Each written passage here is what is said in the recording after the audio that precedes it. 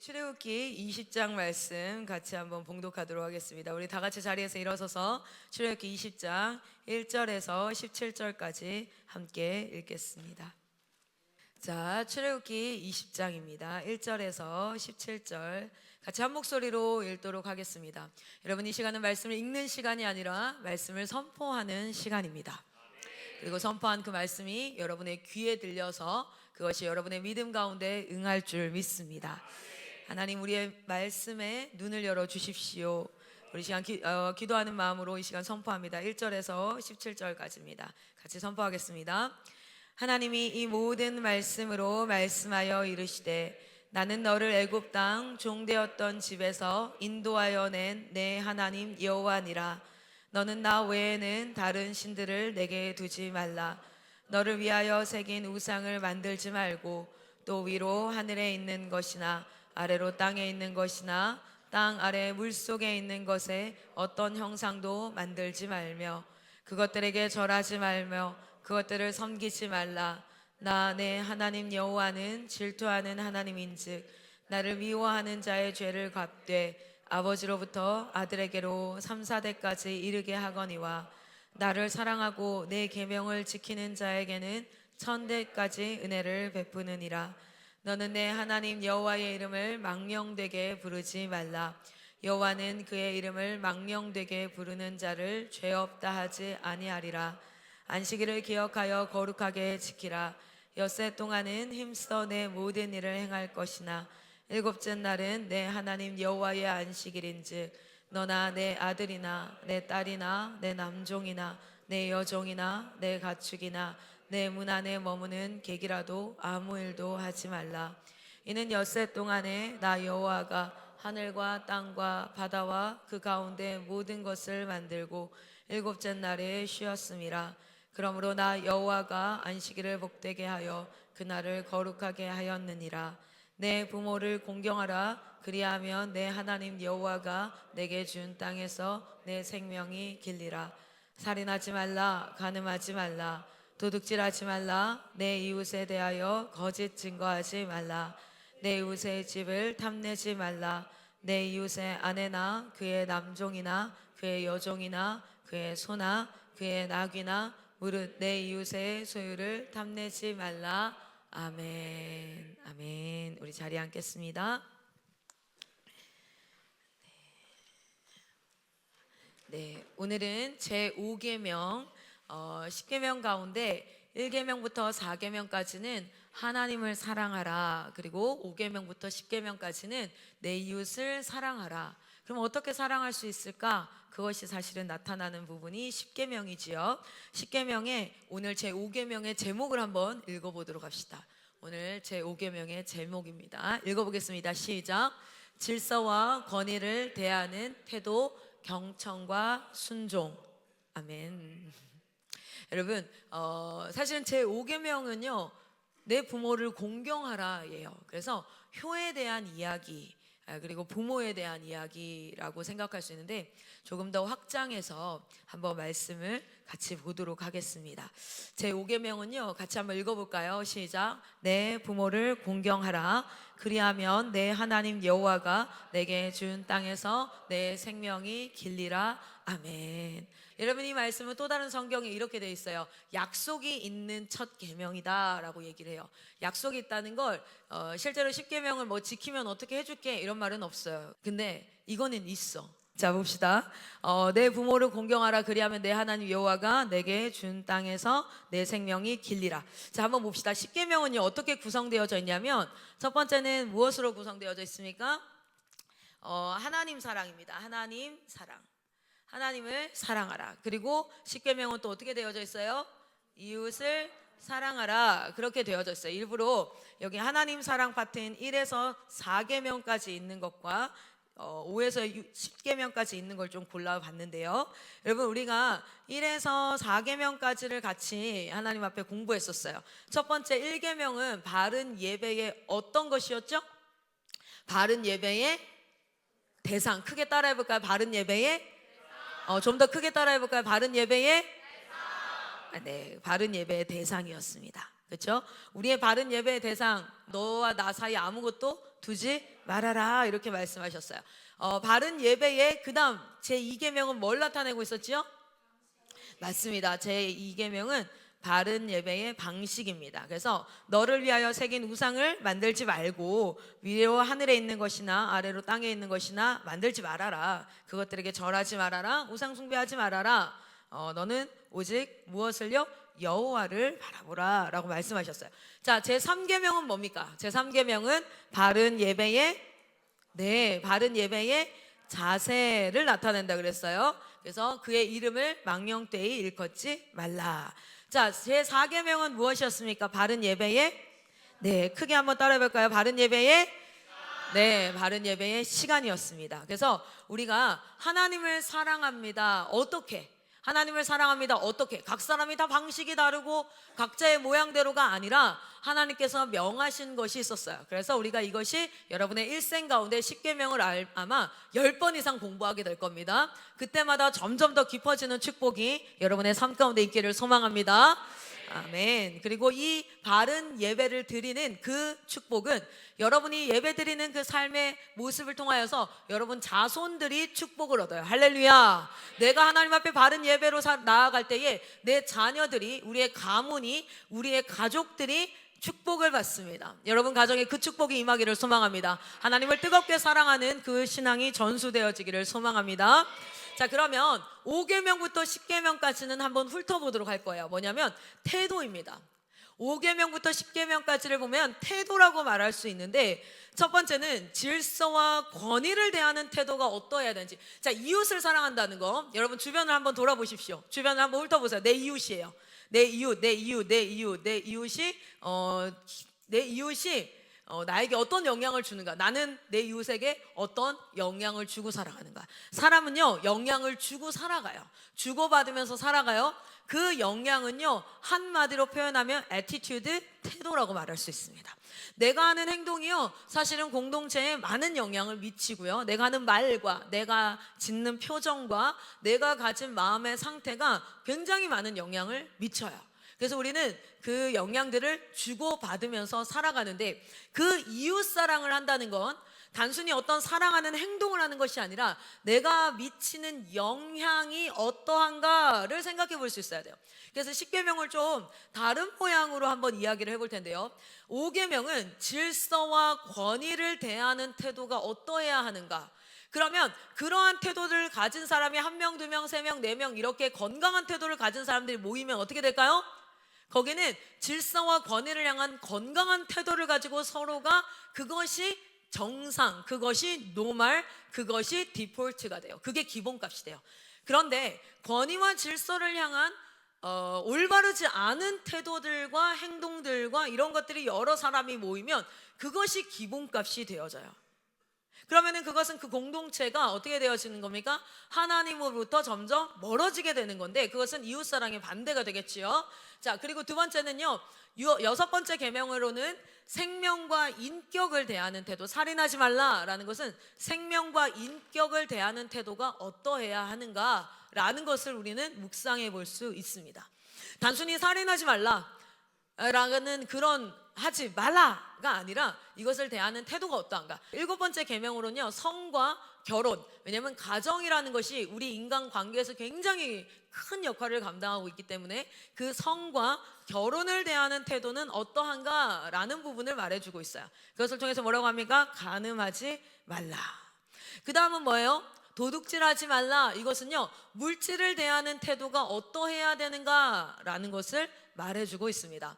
그리고 마지막으로 내 이웃의 것을 탐내지 말라라는 것은 뭐냐면 어떠한 상황을 대하는 태도인데, 이것은 10계명 때 같이 한번 공부를 해보면서 왜 이게 상황을 대하는 태도일까라는 부분에 대해서 여러분 그 궁금증이 생기는 분들이 있으시길 바래요. 이 아침에 아무 궁금증 없이 그냥 있을 수 있거든요. 근데 궁금증이 생기시는 분들은 10계명을 같이 공부할 때 그 궁금증이 해소되기를 바랍니다. 여러분, 오늘은 내 부모를 공경하라 했어요. 공경하다라는 단어가 히브리어로는 카바드라고 합니다. 히브리어로는 카바드. 저도 뭐 히브리어에 능통한 사람은 아니에요. 그러나 몇몇 단어들은 그 히브리어가 사용되어지는 용례들을 공부할 때 그 의미를 좀 더 깊이 알 수 있으니까, 첫 번째 카바드라는 단어가 히브리어로 쓰일 때는 어떻게 쓰이냐면 물건의 무게를 잴 때 쓰인답니다. 물건의 무게를 잴 때. 카바드가 뭐라고요? 네, 물건의 무게를 재다라는 뜻으로 카바드, 무게를 재다가 이게 스펠링이 맞나요? 아이가 맞나요? 그렇죠? 아우, 또 우리 국어 선생님도 계시니까 틀릴까봐. 자, 두 번째는 카바드는요, 존귀하게 여기다, 존귀하게 여기다. 왜 그러냐면 물건의 무게를 재는 이유는요, 그것의 가치를 따져보기 위함이거든요. 값어치를 따져보기 위해서. 그것의 가치에 맞게 대우하다라는 뜻이 있대요. 물건의 무게를 잰다는 거는요, 이게 얼마나 가치가 있는가, 값어치를 재보는 거죠. 그래서 두 번째 의미로는 존귀하게 여기다, 물건의 가치에 맞게, 값어치에 맞게 대우하다라는 뜻이 있고, 마지막으로는 이것이 그냥 무겁다라는 뜻이 있답니다. 무게를 재는 것을 넘어서 무겁다. 그래서 이것이 비중이 있다, 어느 정도의 비중이 있다, 무게감이 있다 라는 뜻으로 카바드라고 얘기한대요. 여러분, 카바드는 무슨 뜻이라고요? 물건의 무게를 재는 것. 두 번째는 뭐라고요? 존귀하게 여기다. 세 번째 뭐라고요? 그렇구나. 다시 한번요. 자, 카바드는 아래 쓴 거 보지 마시고, 카바드는 무슨 뜻이라고요? 카바드는 사실은 공경하다라는 한글말의 히브리어예요. 나중에 카바드를 열심히 외웠는데 카바드가 그래서 뭐였지? 이렇게 되면 굉장히 곤란해요. 카바드는 뭐였다고? 공경하다라는 말의 히브리어라고 얘기했어요. 그 히브리어는 세 가지 용례로 쓰인대요. 첫 번째는 뭐예요? 물건의 무게를 잴 때. 그리고 두 번째는요, 무게를 재는 이유가 가치를 따지기 위함이니까 존귀히 여기다. 그 다음 뭐라고요? 값어치 있게, 그 값에 맞게 대우하다, 이런 뜻이고요. 세 번째는 무슨 뜻이라고요? 무겁다. 그래서 비중 있다, 이런 뜻이라는 거예요. 그래서 네 부모를, 그러면 그 의미를 넣어가지고 우리 한번 해봅시다. 너의 부모를 공경해라 라고 한다는 것은 뭐겠습니까? 부모의 무게를 재봐라. 부모의 무게를 재봐라. 우리 찬수는 수련쌤의 몸무게를 재보는 거죠. 매일 아침 몸무게를 재면서 우리 어머님께서 0.3g 넣으셨네, 뭐 이렇게. 그런 의미가 아니겠죠. 뭐예요? 부모님에게 뭐 하냐면 존귀히 여겨라. 그리고 뭐예요? 그 값어치에 맞게 대우하라, 또는 비중 있게 여겨라 라는 거라는 거예요. 자, 그러면 이 의미를 기반으로 한번 얘기를 해보면, 자, 카바드가 이런 뜻이다 라고 했을 때, 네 부모를 공경하라 라는 그 11조 명령은, 이것은 계명입니다. 계명은요, 명령이에요. 그 명령은 어떻게 지켜야 될까? 어떻게 지켜야 될까? 첫 번째는 우리가 어떤 이야기를, 부모가 이야기를 할 때 이 이야기를 가볍게 여기지 않고 무겁게 여겨라 라는 건 뭐겠어요? 주의를 집중해서 듣고, 주의를 집중해서 무겁게 여기라는 거죠. 집중해서 들어라. 결국 뭡니까? 경청하라. 또 다시 반대로 얘기하면 가볍게 여기지 말아라 라는 거예요. 네 부모를 공경한다는 것은, 부모가 어떤 얘기를 할 때 간단한 태도로 보자면, 부모님이 어떤 얘기를 할 때 그냥 이렇게 얘기를 하면 어떻게 해요? 멈춰서서 눈을 마주치고 들어야 되는 거예요. 그 태도 훈련부터 시작해야 하는 거예요. 그냥 부모님이 얘기하는데 알았어 뭐 어쩌고 저쩌고 하면서 지나간다든지, 그렇죠? 뭐 부모님이 막 얘기를 하는데 듣는 둥 마는 둥 하고 대답도 하지 않는다든지, 그러면 여러분 나중에 말씀에서 나오는데요, 죽인대요. 하나님이 성경에 써 있어요. 쳐 죽인대요. 성경에 진짜 쳐라는 단어도 다 나와요. 옆 사람한테 이렇게 얘기합시다. 하면 안 되겠다. 첫 번째는 주의를 집중해서 들어라 라는 거죠. 그래서 그냥 단순한 태도를 보자면, 어른들이나 부모님이 얘기할 때 서서 눈을 마주치고 듣는 거예요. 그게 경청하는 자세이거든요. 그런데 그것을 겉의 태도뿐만 아니라 무엇으로요? 중요하게 들어라, 비중 있게 들어라, 이야기가 가볍지 않게 들어라 라는 거예요. 그리고 두 번째는요, 그 중요하게 여긴 것을 중요하게 여기고, 그것에 순종하라. 이야기한 내용들에 대해서 그것에 순종하는 것. 여러분 이것을 꼭 가르치셔야 돼요. 왜요? 여러분 자녀가 오래 살길 원하시면, 여러분의 자녀가 건강하게 오래 살길 원하시면 가르치세요. 할렐루야. 내 자녀가 하나님 앞에 쳐 죽임을 당했으면 좋겠다. 영혼이 먼저 쳐 죽임을 당해요. 실제로 내가 이걸 가르치지 않으면. 미래의 부모들, 리뉴젠 여러분, 인투젠 여러분 기억하십시오. 내가 이걸 가르치지 않으면 나중에 이 아이들은 생명을 담은 말씀이 들리지가 않습니다. 그래서 쳐 죽임 당하는 거예요. 그게 그러니까 내 아이가, 내 자녀가 오래 이 땅에서 장수하며 약속 있는 첫 계명이죠. 이것을 누리기를 원하신다면 언제까지? 우리가 이 오늘 출애굽기를 읽었을 때에 어떤 말씀이 있습니까? 출애굽기 20장을 다시 한번 펴보세요. 출애굽기 20장에 이 10계명을 읽을 때에, 그렇죠? 뭐라고 이야기하냐면 이렇게 이야기합니다. 하나님께서, 우리 한번 같이 보겠습니다. 5절 한번 읽어보십시오. 5절 시작. 그것들에게 절하지 말며 그것들을 섬기지 말라. 나 내 하나님 여호와는 질투하는 하나님인즉 나를 미워하는 자의 죄를 갚되 아버지로부터 아들에게로 3, 4대까지 이르게 하거니와. 아멘. 여러분 기억하십시오. 하나님은요 무조건적으로 unconditional하게 사랑하셔요. 그러나 여러분 기억하십시오. 망령때에 일컫는 자에게는 3, 4대까지 멸망시키십니다. 그냥 하나님이 어떻게 그럴 수 있어요? 네, 그럴 수 있어요. 네, 그럴 수 있어요. 성경에는 끊임없이 나옵니다. 하나님의 말씀을 가볍게 여기는 자를 향해서 어떻게 하시는지. 여러분 이것을 기억하십시오. 자, 우리 한번 봅시다. 중요하게 여기고 어떻게 해라? 그것에 순종해라. 그리고 우리가 말씀을 한번 찾아볼게요. 말씀을 한번 찾아볼 건데요. 레위기 19장 말씀입니다. 레위기 19장 3절 말씀을 한번 보십시오. 레위기 19장 3절 말씀 같이 한번 읽겠습니다. 레위기 19장 3절입니다. 읽겠습니다. 시작. 너희 각 사람은 부모를 경외하고 나의 안식일을 지키라. 나는 너희 하나님 여호와니라. 아멘. 여러분 실제로 성경에는요 경외함의 대상은 오직 하나님밖에 없어요. 경외함의 대상은 오직 하나님밖에 없어요.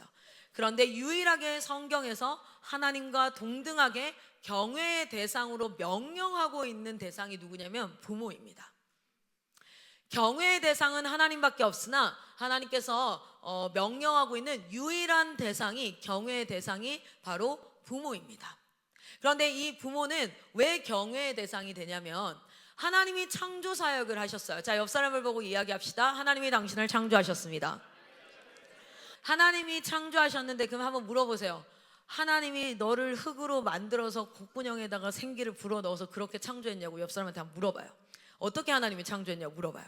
어떻게 하나님이 당신을 창조하셨습니까?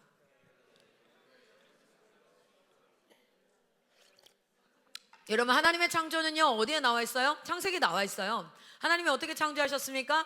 하나님이 흙으로 하나님의 형상으로 빚으셨어요. 그리고 나서 어떻게 했어요? 생기를 불어넣으셨어요. 그렇게 창조하셨거든요. 지금 여기 앉아있는 사람들 가운데 그렇게 창조된 사람 손 들어보세요. 하나님이 계룡산 전기를 받아 거기에 굉장히 고운 흙이 있어. 그 붉은 점토를 모아가지고 조물조물 하다가 어떻게 잘못 이렇게 조금만 더 길게 만드셨으면 좋았을 텐데 종아리와 다리 사이가 좀 짧게 그렇게 이렇게 만드셨어. 그러고 나서 코에다가 인공호흡 하듯이 이렇게 숨을 확 불어 넣었어. 그러니까 막 정신이 들었어. 그리고 나서 이렇게 이렇게 살아났어. 이렇게 만든 사람 있어요, 없어요? 없어요. 어떻게 창조하셨냐면 하나님께서 생명을 여러분의 부모님에게 어떻게 했어요? 여러분 엄마 뱃속에다가 생명을 어떻게 하셨어요? 생명을 잉태케 하셨어요.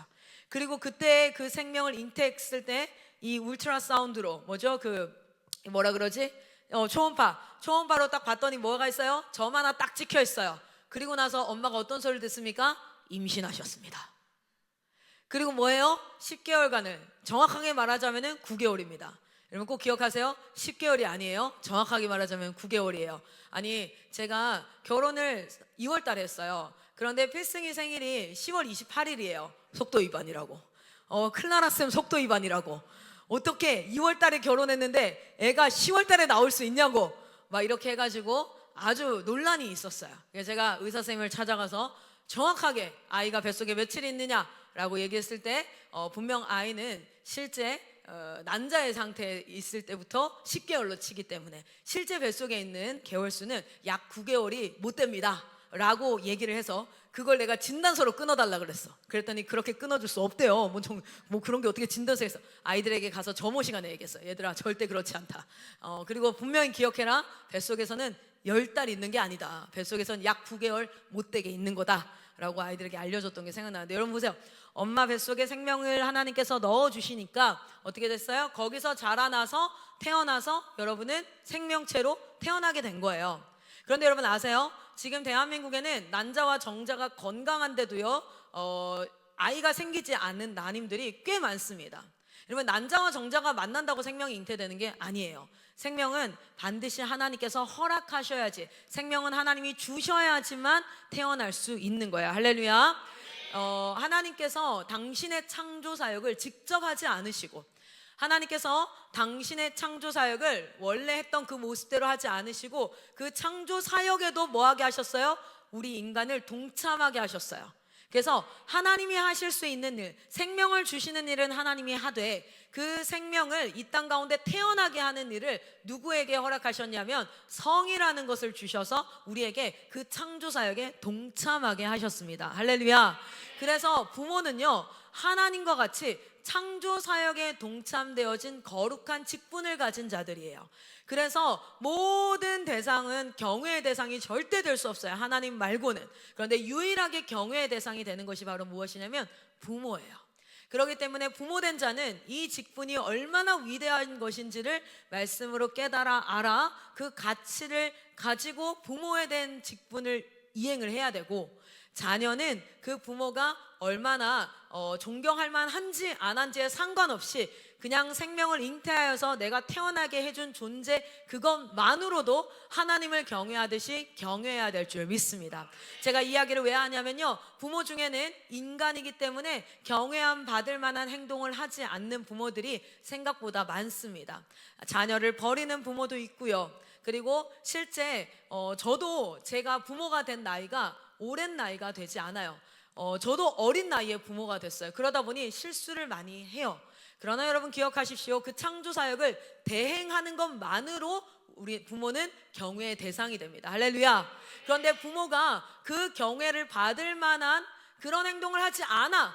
그럼에도 불구하고 여러분 하나님의 말씀에 순종함과 믿음으로 여러분이 경외할 때 그 부모는 여러분의 경외를 받기에 합당한 행동을 하지 않을 수 있어요. 그러나 부모를 경외하는 여러분의 그 경외를 하나님이 받으심을 기억하십시오. 하나님이 받으시고 하나님께서 응답하십니다. 할렐루야. 하나님께서 응답하십니다. 내가 이 사람이 받을 만해서 내 부모가 좋은 부모라서 하는 것이 아니라 하나님의 말씀에 순종하고 창조 사역을 대행하는 것만으로도 경외함 받을 만한 가치가 있습니다 라고 믿음으로 고백할 때, 그때에 하나님께서 그 경외함에 응답하시는 것을 믿으십시오. 예화를 들어서 얘기를 하고 싶은데 말이 길어질까 봐. 자, 그 다음 세 번째입니다. 어떻게 경외하냐면 부모의 기쁨이 되고 자랑이 되어라. 창조 사역의 대행을 통해서 나에게 생명을 준 그 부모에게 이 생명을 준 것이 충분히 가치 있었다라고 여겨질 만한 삶을 살라는 거예요. 다시 말해 이런 거예요. 제가 예전에 이런 예화를 든 적이 있어요. 실제로 제가 첫째 아이를 낳고 얼마 되지 않았을 때 이 첫째 아이가 어디 갈 수는 없으니까 집에 둘이 있었어요. 그리고 제이코 선교사님이 이제 아이들과 다 같이 그때 이게 뭐랄까요, 소풍 같은 걸 간 거예요. 바닷가로 소풍을 갔어요. 바닷가로 소풍을 갔는데 제이코 선교사님이 이제 해병대 출신이거든요. 근데 순간 이런 생각이 들더라고요. 제이코 쌤이 이렇게 쭉 나가는데 그때 제가 어떤 사건이 있었냐면 되게 가까운 지인 중에 한 명이 교통사고로 죽게 됐어요. 그러니까 이제 하나님 나라를 먼저 가게 된 거죠. 그런 사건이 있다 보니까 죽음에 대한 생각을 좀 하게 되잖아요. 그런 일들이 있으면. 그날 이제 저는 아이를 거실에 안고 있고 제이코 쌤이 이렇게 가는데 제가 어떤 생각이 드냐면 저 사람이 저렇게 갔다가 바닷가 애들 같이 놀러 가는 거였거든요. 갔다가 이 사람이 만약에 교통사고가 나든 뭐 하든 죽으면 어떡하지? 라는 불안함이 갑자기 이렇게 막 드는 거예요. 그러면서 이제 돌아왔어요. 돌아와서 이제 제이콥 쌤이랑 얘기를 나누는데 어떤 얘기를 했냐면 제가 이런 질문을 했어요. 만약에 필승이가 첫째 아기가 빠져 있고 아니면 내가 물에 빠졌고 그런데 제자가 우리 그때는 아이엠국제학교 학생 중에 한 명이 빠졌어. 그러면 제이콥 쌤은 누구를 구할 거예요? 라고 내가 물어봤어요. 여러분 누구를 구한다고 답변해야 될까요? 둘 다 구할 수는 없어요. 나의 질문의 조건에는 무조건 한 명만 구해야 돼요. 원래 질문은 잔인한 법이에요. 그래서 제가 질문했어요. 아니 학생이 하나 빠졌고 제가 빠졌어요. 그럼 제이콥 쌤, 여러분 한번 맞춰보세요. 제이콥 쌤은 누구를 구한다고 했을까요? 글쎄, 그치? 너는 그렇게 얘기해야죠. 그쵸? 누구를 구한다고 했을까요? 학생을 구한다고 하더라고요. 학생을 구한다고. 그래서 순간 좀 서운했지만 제가 왜 그러냐고 물어봤더니 넌 천국 갈 건데 학생들 중엔 천국까지 못할 애들이 꽤 많이 있는 것 같다. 너는 천국 먼저 가 있고 나는 곧 따라갈 건데 그러나 걔는 아직 기회가 필요하니까 라는 지극히 선교사의 마인드로 답변을 하더라고요. 저는 남편으로 물어봤거든요. 남편 한주영으로 나에게 답해주기를 원했는데 지극히 제이콥 선교사로 답변을 하시더라고요. 근데 제가 그 이야기를 설교 가운데 예화를 들면서 무슨 얘기를 했냐면 예를 들어서 너 이름이 뭐지? 샘. 얘가 물에 빠졌어요. 그렇죠? 그리고 제가 물에 빠졌어요. 아니야. 얘가 물에 빠졌어요. 제가 그때 어떤 얘기를 했냐면 그리고 내 아들이 물에 빠졌어. 그런데 내가 내 아들을 구할 수 있고 한 명 구할 수 있는데 난 얘도 구할 수 있고 얘도 구할 수 있어. 근데 내가 얘를 구하기로 정했어요. 그리고 얘를 구했어요. 그리고 내 아들은 죽었어요. 그런데 5년이 지나고 났더니 어떤 이야기가 들리냐면 얘가 PC방 다니고 술 처먹고 다니고 막 이러고 다닌다는 거야. 그러면 여러분 내가 5년 전에 했던 선택에 대해서 어떤 생각이 들까요? 그러면 여러분 잘 보세요. 자기 아들을 죽이고 얘를 구했어. 그러면 이 아이가 어떤 것으로 나에게 보상해 줄 수 있을까요? 돈으로? 아니면은 순간순간 선물로? 여러분 사실은 그 상황에서 이 친구가 나에게 해줄 수 있는 최고의 보답은 뭐냐면 내 아들이 살았으면 좋을 법한 삶을 이 친구가 살아내는 거예요. 실제 장기 이식을 한 그런 감동의 스토리들이 있어요. 어떤 스토리들이 있죠? 막 심장이나 이런 것들을 이식받은 사람들이 자신이 살아가는 삶이 얼마나 가치 있는지를 이식해준 그 자녀를 둔 부모, 그 부모에게 자신의 삶을 편지로 써서 주죠. 그것은 다른 그 어떤 것보다 돈을 준다든지 그거 어떤 것보다 당신의 아들의 심장이 여전히 여기 뛰고 있고 그 심장으로 나는 오늘 이와 같은 삶을 살아가고 있습니다. 여러분 잘 보세요. 하나님께서 당신의 아들이신 예수 그리스도를 죽이고 살리기로 결정한 여러분이 어떠한 삶을 살기를 원할까요? 우리가 헌금을 많이 하는 삶? 아니면 우리가 어떤 삶을 사는 삶? 아니요. 당신의 아들이 살았다면 살았을 법한 삶을 살아가기를 너무너무 원하실 거예요. 여러분, 부모를 기쁘게 하는 건 어떤 것입니까? 다른 것 아니라 이 내가 준 생명을 가장 가치 있게 살아갈 때에 그것이 어떻습니까? 가장 기쁨이 되는 거죠. 그래서 하나님이 내 부모를 공경하라 라고 얘기했을 때 우리가 빼먹지 말아야 되는 건 무엇이냐면 효도한다 라는 그 정도가 아니라 첫 번째 가장 기본적인 것은 그의 말을 중요하게 여기고 무겁게 여기고 그리고 그것에 순종하는 거예요. 할렐루야.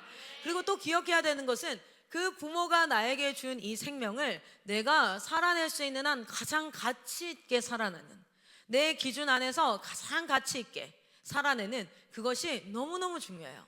여러분이 그렇게 부모를 공경할 때 이 하나님이 주신 땅에서 우리의 생명이 길 것이다 라고 약속하시는 겁니다. 이것은 자녀된 10대들에게만 해당되는 게 아니라 저에게도 해당되어지는 거겠죠. 저는 오늘 이 말씀을 준비하면서 저희 부모님을 생각해 봤어요. 우리 부모님은 나를 향해서 어떻게 생각하고 계실까? 여러분 자녀 없는 사람은 있을 수 있으나 부모가 없는 사람은 단 한 명도 없습니다. 여러분 그 부모님을 기쁘게 하는 여러분 되시기를 소망합니다. 여러분 말씀을 한번 좀 봅시다. 잠언 23장 25절에 이렇게 말씀하고 계세요. 잠언 23장 25절입니다.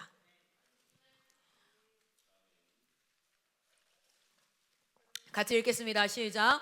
내 부모를 즐겁게 하며 너 낳은 어미를 기쁘게 하라. 아멘. 이것이 지혜의 말씀입니다. 여러분, 이 말씀이 오늘 여러분의 심령 가운데 팍 박혔으면 좋겠어요. 할렐루야. 자, 그리고 한번 봅시다. 말씀을 한번 보겠습니다. 그러면 우리가 또 기억해야 될 말씀이 이렇게 해서 약속을 주겠다가 아니라 실제 출애굽기 21장에는 뭐라고 이야기합니까? 요거는 그냥 찾지 말고 앞에를 보셔서 바로 읽도록 하겠습니다. 출애굽기 21장 15절 같이 한번 읽겠습니다. 시작. 자기 아비나 어미를 치는 자는 반드시 죽일지니라. 17절입니다. 시작. 그 아비나 어미를 저주하는 자는 반드시 죽일지니라. 아멘. 여러분, 하나님은 사랑으로 용서하고만 있지 않아요. 하나님은 공의와 정의의 하나님이십니다. 그 공의와 정의의 하나님이 그 기다림이 끝났을 때는 우리가 상상할 수 없을 만큼 정확하게 하나님은 그 일을 행하신다는 것을 잊지 않으셨으면 좋겠어요. 그리고 부모 세대된 우리도 그 두려움 앞에 있어야 되고, 그리고 우리가 그 자녀들을 가르칠 때 그 두려움을 가르쳐야 됩니다. 안 그러면 우리 자녀들이 죽어요. 여러분, 우리 이 부분을 꼭 기억합시다. 그리고 우리가 기억해야 될 것은 내 부모를 공경하라 라는 것에서 부모는 대체 누구인가? 왜냐하면 실제 부모가 없는 자들도 있어요. 그렇죠? 부모님이 없는 자. 물론 태생적으로 부모가 없는 자는 있을 수가 없어요. 박혁거세가 알에서 태어났다는데 그 다 뻥이에요. 분명 엄마가 있고 아빠가 있어요. 그렇죠? 자, 그런데 실제로 부모는 먼저로는 육신으로 창조 사역을 감당한 육적 부모를 이야기합니다. 그래서 그 부모가 공경함, 경외함 받을 만하기에 합당하든 안 하든 상관없이 뭐 해야 돼요? 경외해야 돼요. 그러나 여러분 기억하십시오. 실제로 신명기 12장부터 16장까지가 이 다섯 번째 계명을 추가적으로 세부적으로 설명하는 내용이에요. 신명기가 다 계명으로 되어져 있거든요. 이 계명은요 10계명을 세부적으로 설명하고 있어요. 10계명을. 그 중에 하나가 12장부터 16장까지가 실제 이 5계명을 설명하는 부분입니다. 그 5계명을 설명할 때에 종에 대한 것, 그리고 뭐에 대한 것, 주인에 대한 것 여러 가지가 나와요. 거기는 다 권위자들, 왕에 대한 이야기 뭐 이렇게 나와요. 그래서 보면은 실제 이 성경에서 내 부모를 공경하라는 건 누구입니까? 하나님이 세우신 권위자와 나는 어떤 관계를 맺고 살아가야 하는가라는 부분입니다. 여러분 10계명만 제대로, 제가 제 제자들에게 항상 가르치는 것 중에 하나도 정직해라. 어디에서 나오는 겁니까?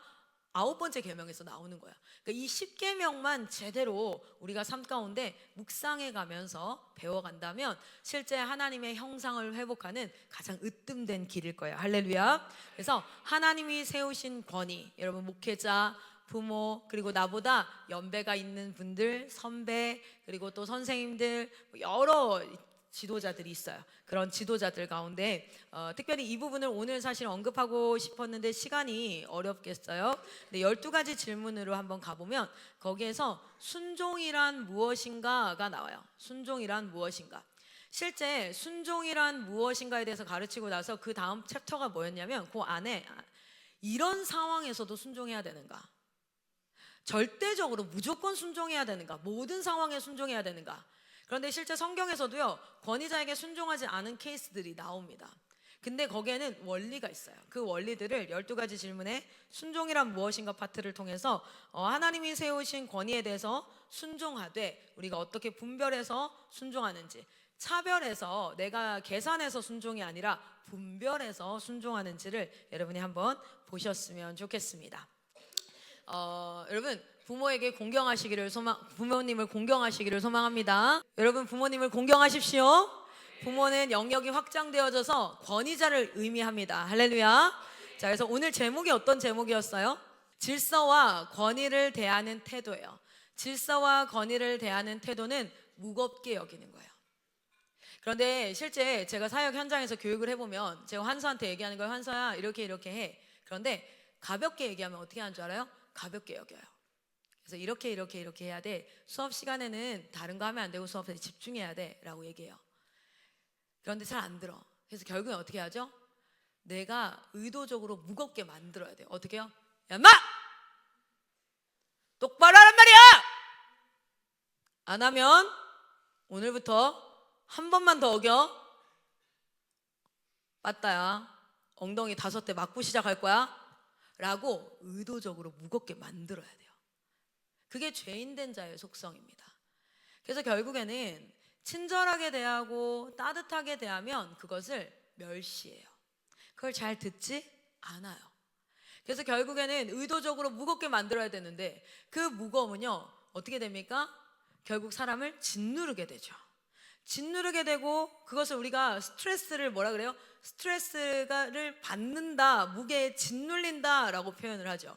사람이 의도적으로 만든 무게는요 사람을 짓누르게 돼 있어요. 그런데 그 짓누를 수밖에 없게끔 상황이 되는 이유는 무엇입니까? 그것을 가볍게 여기기 때문에 그래요. 그래서 여러분이 꼭 기억하십시오. 권위자는요 여러분이 그것을 진지하고 무겁게 여기면요 아무리 나이가 어린아이더라도 가볍게 대하지 못해요. 이 원리를 잘 기억하시길 바래요. 그런데 가벼운 사람은요 가볍게 상황을 가볍게 생각하고 깊게 생각하지 않으면요 사람들이 여러분을 가볍게 대하고 두 번째는 사람들이 여러분을 무게를 둬서 의도적으로 무겁게 누를 겁니다. 그럼 여러분은 뭐겠어요? 눌려서 스트레스가 되고 벌든이 되고 압박이 될 거예요. 그러면 더 그게 계속해서 악순환이 일어날 거예요. 그래서 그 악순환의 고리를 끊는 건 무엇이냐면 여러분이 권위자든 아니면 여러분의 위에 있는 사람이든 보세요. 질서와 권위를 대할 때 경청하고 존중하고 순종하는 태도, 조금은 시리어스하게 진지한 태도를 가질 때 사람들은 여러분을 함부로 대하지 못해요. 그래서 제가 저희 자녀들에게도 그렇고 제 제자들에게도 그렇고 사실 같이 나누는 이야기 중에 하나가 무엇이냐면 누군가가 장난을 칠 때 처음에 한번 가볍게 하지마 한번 해보세요. 그럼 어떻게 하죠? 이 사람이 알겠습니다 안 하겠습니다 이렇게 해요? 아니죠. 그래서 의도적으로 무게감을 줘야 되죠. 왜냐하면 상대는 죄인이기 때문에요. 하지마 라고 해야지 좀 심각하게 받아들여요. 그런데 여러분 한번 생각해 보십시오. 그 말이 가볍든 무겁든 목소리의 톤에 상관없이 그 내용에 내가 경청하고 그 내용을 존중하면 사실 굳이 인간이 무게감을 만들 필요가 없어요. 그런 관계가 있어요. 사람이 말하는 방식에 따라 상대가 다르게 행동하거든요. 그래서 가볍게 여기지 않아야 될 것들은 언성을 높이는 것까지는 아니지만 눈을 딱 마주치고 조금은 속도를 낮추더라도 진지하게 그렇게 하지 마. 그거 별 불편해. 라고 얘기하면 상대가 긴장을 딱 해요. 무겁게 여겨지거든요. 가벼운 말투가 아니거든요. 여러분 이 원리를 잘 기억하십시오. 우리 부모님들이 자녀들을 양육할 때에도요 이것을 잘 못하면 가볍게만 하다가 나중에는 인간이 만든 무게, 언성을 높여 협박을 해야 돼요. 그렇게 될 텐데 중요한 이야기들을 할 때 눈을 마주치고 이것에 무게를 실으세요. 무게를 실어서 지금 내가 중요하게 얘기하고 있어 라는 것을 알려주셔야 돼요. 성경에서 끊임없이 하나님은요 이 십계명을 말할 때도요 먼저 중요하게 이야기합니다. 내가 너를 인도하여 낸 너의 하나님이라. 그런데 그것을 들을 때 우리가 가볍게 여기면 결국에는 그 무거움을 짓눌러서라도 무게감을 느껴야만 하는 내용이기 때문에 그렇게 할 거라는 거예요. 그래서 여러분 지혜 있는 자들은 들으십시오. 여러분 권위자와 질서 안에서는요 그 이야기가 무엇이든지 간에 무게감 있게 들으시고 무게감 있게 반응하세요. 그러면 여러분이 그 질서 안에서 존중을 얻게 될 것입니다. 그리고 그 공동체에서 생명이 길 거예요. 그리고 기억하십시오. 여러분 자녀에게 꼭 그것을 가르치셔야 돼요. 그렇지 않으면 여러분의 자녀는 가벼이 여김을 당하거나 또는 사람이 만든 무게에 짓눌려야 할 겁니다. 그런데 우리가 그것을 가르치면 우리의 자녀들이, 여러분 내가 자녀된 자에게 명령했어요. 이건 없어요.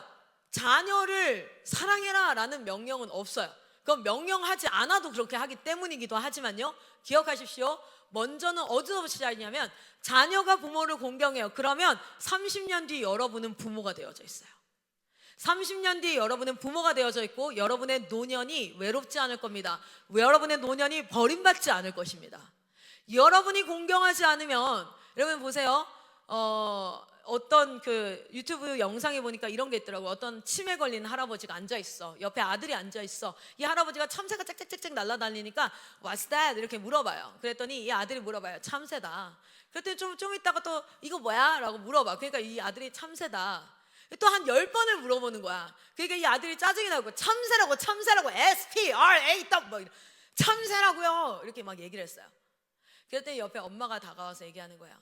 네가 3살 때쯤 네가 마당에 아빠랑 앉아서 참 저거가 뭐냐고 100번을 물어봤어. 아빠는 100번 다 참새라고 대답해줬지. 그리고 너를 너무 귀엽게 쳐다봐주고 안아줬어 라고 말하는 거예요. 여러분, 부모님이 나중에 나이가 들어서 대소변을 못 가려, 치매 걸려, 나를 알아보지도 못해. 그러면 여러분 기저귀 누가 갈아야 돼요? 지금은 다 요양병원 보낸대요. 그걸 누가 그걸 하고 있어? 근데 여러분 아세요? 여러분 부모도 못 알아볼 때, 여러분이 말도 못할 때, 여러분이 스스로 걷지도 못할 때, 여러분이 똥오줌도 못 가릴 때 부모님은 그걸 1년, 2년, 3년, 4년 계속 했단 말이에요. 여러분 기억하십시오. 여러분이 부모를 경외하는 만큼, 공경하는 만큼 여러분의 자녀가 여러분을 경외할 거예요. 그 문화를 물려주시겠어요? 아니면 나에게 도움이 되지 않고 귀찮으면 요양원에 갖다 맡겨서 죽을 날 기다리게 하는 거, 그것이 우리의 문화가 돼서 내려가게 하겠어요? 지금 대한민국은요, 의례 당연히 요양원 보내는 거야. 의례 당연히 그렇게 하는 거야. 그리고 어떻게 해서든 안 모시려고 하는 게 그래요. 근데 여러분 기억하세요. 여러분의 생명이 길어요. 그 생명의 끝에 말년에는 누구나 다 힘이 없고 연약해요. 그때에 누가 부모를 공경하고 경외해야 됩니까? 여러분이에요. 할렐루야. 여러분 이것을 잊지 마십시오. 자, 제가 이 부분을 한번 같이 나누고 싶은데요. 사실은 10계명의 중간이라서 이걸 꼭 나누고 싶었어요. 유대인이 있어요. 그리고 유대교가 있고 기독교가 있어요. 이 빨간색 십자가는 기독교를 나타내고 이 다윗의 별은 유대교를 나타내요. 구약 성경은요, 유대교나 기독교나 똑같아요. 내용이 똑같아요. 그런데 여기 보면은 내용이 똑같은데 순서가 달라요. 어떻게 순서가 다르냐면 이 유대교에서는요, 구약을요 3개로 분류를 합니다. 3개로. 율법서, 예언서, 성문서 순으로 배열이 돼 있어요. 그런데 우리 기독교에는요, 모세오경인 율법서와 역사서와 시가서와 마지막에 예언서로 분류가 되어져 있어요. 여기 안에 세부적인 내용들은 뭐 다 이야기할 수는 없겠지만요, 율법서는 뭐냐면 하나님이 제시하고 요구하신 원칙입니다. 하나님이 제시하고 요구하신 원칙이에요. 이렇게 나는 창조했고 이게 내가 만든 세상이고 이렇게 세상이 운영되길 원한다. 다시 말하면 뭐냐면 하나님이 꿈꾸는 세상이에요. 하나님이 꿈꾸는 세상이 담겨져 있는 게 율법서입니다. 그리고 그 율법서가 실제 선포되어지고 난 뒤에 인간들이 그 율법서에 순종하는 자와 순종하지 않는 자 이렇게 살아가는 삶을 나타낸 거, 여러 사건을 통해서 인간이 그 율법에 어떻게 반응하고 살았는가가 역사서입니다. 최악이었죠. 실제로 하나님 앞에 말씀으로 순종하며 살아가는 자는 한 명도 없었어요. 심지어 다윗 왕도 그랬고 욥도 그랬습니다. 그리고 시가서는 뭡니까? 하나님을 경외하며 살아가는 일상의 삶입니다. 일상의 삶. 그 일상의 삶의 기도이고 찬양이에요. 그리고 예언서는 뭐냐면 너희가 하나님의 율법에 역사서처럼 반응하면 너희는 다 심판이야. 너희는 다 죽어라는 심판과 선포이고 예언서는. 그리고 그럼에도 불구하고, 그런 심판받아 마땅한 우리임에도 불구하고 하나님께서 우리에게 어떻게 행해 주실지에 대한 다가올 미래에 대한 선포예요. 자, 여러분, 유대교는 어떻게 되냐면 하나님이 제시하신 하나님의 이상적인 나라와, 그리고 나서 그 원칙이 깨졌어. 그 원칙이 깨져서 심판과 그러한 것들이 있어요. 그리고 나서 뭐냐면 그럼에도 하나님을 경외하며 살아가는 일상의 삶으로 구약이 끝나요. 이렇게 끝나요. 그래서 이 트라이앵글 구조가 완전합니다. 불완전하지 않아요. 완전해요. 그래서 여기는 구약밖에 없잖아요. 그렇죠? 그런데 신약은 기독교는요, 하나님이 제시한 하나님의 나라가 있는데 거기에 반응한 인간의 역사, 그럼에도 불구하고 그 하나님을 연약한 가운데 찬양하고 기도했던 시가서가 나와요.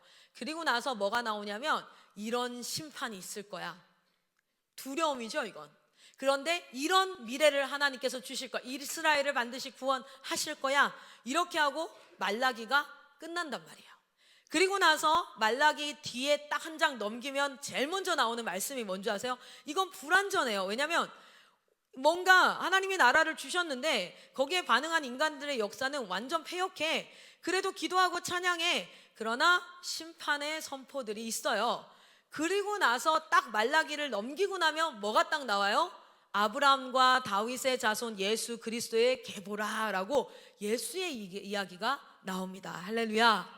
이것은 무엇을 의미하냐면 유대교는 메시아를 기다리고 있지만 그들은 구약으로 자기 스스로 뭐 하냐면 완성시켜 놨어요. 그러나 기독교는 무엇이냐면 모든 구약의 이야기가 무엇으로 향하고 있어요? 깨어진 원칙들이, 하나님이 제시한 하나님의 이상적인 나라인 그 율법이 역사서를 통해서 인간이 그 율법에 어떻게 반응했는지, 그럼에도 불구하고 기도와 찬양으로 나아가는 그 인간에게 하나님께서 어떻게 예언하셨는지가 성취되어지는 게 바로 뭐예요? 신약의 시작인 거예요. 할렐루야. 그러면 진짜 중요한 건 뭔지 아십니까? 예언서에서는 무엇을 심판한다고 하셨는지, 예언서에서는 무엇을 예언했는지를 우리가 너무너무 알아야 돼요. 반드시 알아야 될 내용이 바로 그 내용이에요. 여러분, 단편적으로 보면요, 예언서에서는 심판의 내용이 나와요. 그리고 어떤 내용이 나옵니까? 어떤 미래가 우리에게 펼쳐질까가 나오는 거예요. 그러면 예수를 통하여서 우리의 삶 가운데 무엇이 나타나야 되냐면 하나님이 심판하시고자 했던 그 일들이 회복이 일어나야 된다는 거예요. 우리의 삶 가운데. 그게 리뉴젠 사역이에요. 여러분, 우리의 사역은요, 예배 때 아멘 크게 하는 게 아니에요. 찬양 파워댄스 크게 하는 게 아니에요. 우리의 사역은 그런 게 아니라 예언서에서 심판할 거라고 했던 그것이 회복되어지는 게 신약의 삶이에요. 그래서 예언서를 읽어야 돼요. 그리고 그 심판되어질 내용들이 우리에게는 회복이 될 거예요. 할렐루야. 그리고 예언서에는 예언한 하나님의 나라가 있어요. 그것이 우리의 삶 가운데 우리가 그 약속 붙잡고 기도하면 그것이 우리에게 이루어져요. 그래서 그것을 누릴 수 있어요. 아멘. 그런데 우리는요, 심판의 얘기를 했어요. 그럼 우리는 회개해야 하거든요. 그걸 통해서 이 심판의 회복이 일어나요. 근데 우리의 회개는 너무 지극히 개인적이에요. 거짓말한 거, 생각이 좀 너저분했던 거, 그냥 좀 잘못했던 거, 그 정도예요. 아니요, 예언서에서 그것을 심판한다고 하셨나요? 수련쌤이 혼자 있을 때 했던 그 좀 패역한 생각들, 그거 심판한다고 했어요? 아니에요. 여러분, 우리가 거짓말 몇 마디 찍찍했던 거, 그거 심판 아니에요. 우리가 너무 개인적으로 신앙을 생각하면 안 돼요. 신앙이 공동체적으로 나라적으로 확장되어져야 될 줄 믿습니다. 무엇을 심판하신다고 하셨을까요? 그럼 그 심판하신다는 것을 우리는 예수의 이름으로 회개해야 해요. 그랬을 때 우리에겐 무엇이 임할까요? 하나님 나라의 회복이 임하는 거예요. 진짜 회복이 임하는 거예요. 여러분, 거짓말한 거 회개 한번 해보세요. 거짓말 안 하고 살아요? 아니에요. 어제 회개한 거 오늘 거짓말해요. 너저분한 생각하고 음란한 생각했던 거 회개하세요. 그 다음날 또 하고 살아요. 그 부분은요, 언제 해결될까요? 주님 다시 오셨을 때 예수 그리스도를 말미암아 영화롭게 되어져서 죄로부터 해방함을 얻을 때 이루어져요. 그렇다고 해서 그 생각을 하고 살라는 게 아니라 그것이 그때 이루어질 것이지만 내 삶 가운데 성령으로 조명하사 깨닫게 하실 때 그 자리에서 그것을 멈추게 하는 힘이 성령 안에 있는 줄 믿습니다. 그런데 단순히 그것, 내 거짓말을 멈추게 하기 위해서, 내 음란을 멈추게 하기 위해서 예수께서 오신 게 아니라는 거예요. 그랬다면 그게 없어졌을 거야, 예수를 믿는 그 순간에. 그런데 예수께서 진짜 지금 이 시대 가운데 회복하기를 원하는 심판의 내용은 나라적이고 공동체적이라는 것을 잊지 않으시기를 바랍니다. 여러분 봅시다. 그리고 나서 뭐라고 얘기하냐면 이 나라가 어떤 나라가 될 것인지에 대해서 예언하세요. 이사야서 한번 보세요. 이사야서 2장에 이런 소망을 예언자들을 통해서 소망합니다. 어떤 소망을 소망하냐면 2절에서부터 4절까지 한번 읽어볼게요. 이사야서를 통해서 하나님이 나는 이런 나라를 창조했어 라고 소망하세요. 읽어봅시다. 시작. 만일에 여호와의 전의 산이 모든 산 꼭대기에 굳게 설 것이요 모든 작은 산 위에 뛰어나리니 만방이 그리로 모여들 것이라. 많은 백성이 가며 이르기를 오라 우리가 여호와의 산에 오르며 야곱의 하나님의 전에 이르자. 그가 그 도로 우리에게 가르칠 것이라. 우리가 그 길로 행하리라 하리니 이는 율법이 시온에서부터 나올 것이요 하나님의 말씀이 예루살렘에서부터 나올 것임이니라. 그가 열방 사이에 판단하시며 많은 백성을 판결하시리니 무리가 그 칼을 쳐서 보습을 만들고 그 작을 쳐서 낫을 만들 것이며 이 나라와 저 나라가 다시는 칼을 들고 서로 치지 아니하며 다시는 전쟁을 연습하지 아니하리라. 아멘. 여러분, 예언서는요 심판에 대한 내용과 더불어서 하나님께서 꿈꾸는 나라에 대해서 이야기하고 있어요. 하나님께서 꿈꾸는 나라. 여러분, 십계명을 왜 주셨다고요? 여러분, 십계명을 잘 기억해 보십시오. 십계명을 왜 주셨냐면 내가 이렇게 창조했어. 내가 꿈꾸는 나라는 이런 나라야. 내가 꿈꾸는 백성은 이런 백성이야 라고 하나님의 꿈을 우리에게 심어주시는 게 십계명이에요. 그것은 단순히 지켜야 될 율법과 계명이 아니라는 말씀이에요. 여러분, 이사야서를 통해서 무엇을 이야기하고 있습니까? 칼, 전쟁하는 사람을 죽이던 것을 뭐예요? 그것으로 보습이라는 건 낫 같은 거예요. 그 농작물 만드는 그런 농기구, 그리고 창을, 사람을 죽이던 것을 낫을 만들고 이 나라 저 나라가 다시는 칼을 들고 서로 치지 아니하며 다시는 전쟁을 연습지 아니하리라. 여러분, 예수가 임하면 그러한 일들이 여러분의 삶 가운데 일어나야 될 줄 믿습니다. 여러분 보십시오. 예수를 믿으면 그냥 교회 다니고 천국 가고 뭐 이런 피상적인 것이 아니라 내 삶 가운데 사람을 죽이던 말이 사람을 살리는 말이 되는 거예요. 할렐루야. 내 안에서 나라와 나라가 싸우던 것이 예수 믿는 자들이 그 안에 있으면 그 전쟁이 사그라들기 시작해야 돼요. 그 전쟁이 사그라드는 것이 우리의 비전이고 우리가 그 일을 위해서 시간을 써야 돼요. 할렐루야. 여러분, 이사야서에는 이렇게 얘기합니다. 11장에 뭐예요? 어린 양과 사자가 함께 뛰어논다 라고 얘기해요. 그리고 암소와 곰이 함께 먹으며 그 새끼가 함께 엎드리면 뭐냐면 약육강식. 그냥 한마디로 얘기하면 약육강식. 뭐예요? 힘 있는 자들은 힘 없는 자를 잡아먹고, 그래서 돈이든 뭐든 명성이든 위계질서를 가지고 계층을 가지고 약육강식이 뭐가 되어지는 거예요? 약한 자는 약한 자대로 안전하게 충분히 살 수 있어. 강한 자는 강한 자대로 충분히 살 수 있어. 강한 자와 약한 자가 함께 어울려서 살아갈 수 있어. 그런데 우리는요 다 사자가 되려고 해요. 예수 믿고도 다 사자가 돼서 마치 양을 자기가 돌봐야 될 것처럼. 그런데 그게 아니라 약육강식이 없이 강한 자는 강한 자대로 약한 자는 약한 자대로 같이 어울려서 살아갈 수 있는 세상을 예언서는 꿈꿔요. 그런데 실제 여러분 아십니까? 사도행전에 초대교회는 그런 일들이 일어났어요. 예수를 믿는 자들이 늘어나니까 어떤 일들이 일어났냐면 믿는 사람들이 다 함께 모여. 여러분, 지금 우리가 살아가는 시대의 약육강식은 뭐예요? 재정으로 결정되어져요. 돈으로 결정되어져요. 힘이 아니라 돈으로 결정되어져요. 그런데 사도행전에 어떤 일이 일어났습니까? 믿는 사람이 다 함께 있어 모든 물건을 서로 통용하기 시작했습니다. 재산과 소유를 팔아서 각 사람의 필요를 나눠주기 시작했습니다. 그러므로 말미암아 가난한 자가 없어지기 시작했어요. 이건 뭐냐면 여러분, 예수를 믿으면 실질적인 삶의 변화가 일어난다는 거예요. 여러분, 오늘도 복음이 전해져야 돼. 이 아침에도 복음이 전해져야 될 이유가 무엇이냐면 여러분이 이기적인 그 알틀 안에서 내 삶을 살아가는 것이 아니라 여러분, 복음이 들어가면 반드시 하나님의 나라가 이 땅 가운데 임하는 것입니다. 여러분을 통해서요. 할렐루야. 여러분, 누가복음에 이렇게 얘기해요. 우리가 묻습니다. 예수 앞에 묻습니다. 세례 요한 앞에 묻습니다. 믿음의 사람들 앞에 묻습니다. 우리가 어떻게 할까요? 라고 물었을 때에 이렇게 대답을 해요. 11절부터 같이 한번 읽어봅시다. 14절까지 시작.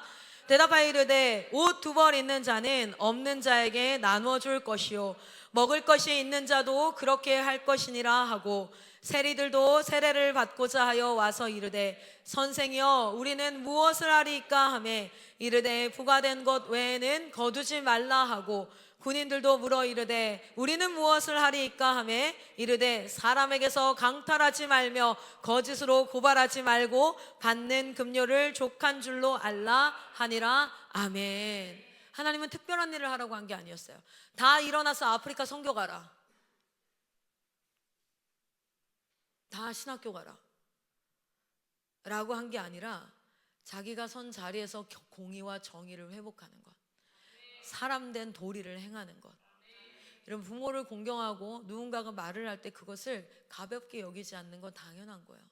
여러분 당장 누군가가 여러분의 말을 가볍게 여겨보십시오. 어떤 마음이 들어요? 무시당하는 마음 들죠. 그건 사람으로서 해야 될 당연한 것들이에요. 여러분, 제가 이 그림 다시 한번 보여드릴게요. 십계명은 마땅히 하나님이 창조한 하나님의 형상을 잃어버린 인간에게 하나님의 형상을 회복하라고 주신 길이에요. 인간은 물질을 대하는 태도가 어때야 합니까? 상황을 대하는 태도, 성과 결혼을 대하는 태도, 생명과 인격을 대하는 태도, 질서와 권위를 대하는 태도. 바른 예배가 회복되어지면 저 태도들이 회복되어지는 거예요. 예배를 아무리 뜨겁게 드려도, 삼천리 IM 선교회가 아무리 예배가 뜨거워도요, 저 태도가 일상의 삶 가운데서 변하지 않았다? 그것은 바른 예배를 드리고 있지 않다는 증거입니다. 다시 말해요. 아무리 우리의 예배가 감동적이고 뜨겁게 아멘하고 찬양하고 필기 열심히 하고 그래도요, 우리의 삶에 저 태도가 변하지 않는다면 우리는 바른 예배를 드리고 있는 것이 아니라는 증거예요. 하나님이 이것을 주신 것은요, 여러분, 구약 전체를 통해서 마지막에 뭐라고 얘기하신 줄 아세요? 나는 너희에게 내가 꿈꾸는 나라, 율법서, 모세 오경이 하나님이 꿈꾸는 나라예요. 그런데 그 율법을 받은 이스라엘 백성들이 그 율법에 반응하는 태도가 역사서예요. 사무엘상하, 역대상하, 열왕기상하, 여기 어디죠? 에스라, 느헤미야 쭉 넘어가죠. 거기 그게 바로 뭐냐면 그 율법을 대하는 인간의 태도예요. 사사기, 여호수아다. 그 태도는 어땠습니까? 결국에는 이스라엘의 멸망. 이스라엘의 멸망. 그리고 나서 예언서를 통해서 이렇게 심판할 거야. 그런데 이렇게 회복할 거야. 그리고 나서 주시는 게 뭐예요? 신약이에요. 신약의 시작은 누구로 시작됩니까? 예수 그리스도를 통해서요. 그러면 그 예수 그리스도를 통해서 회복하기 원하는 건 뭔지 아세요? 이 십계명이에요. 주신 율법의 회복, 율법의 완성. 할렐루야. 그리스도인이 우리 대한민국에 밀양이라는 영화가 나오는 것 자체가 우리에게 부끄러움 아니에요? 밀양이라는 영화의 내용이 뭐예요? 전도연 아들 죽이고, 그렇죠? 그 살인자가 감옥에 있어. 그래서 전도연이 찾아가죠. 찾아갔을 때 그 사람이 어떤 태도를 가져요? 나 여기서 예수 믿었어. 난 용서 받았어.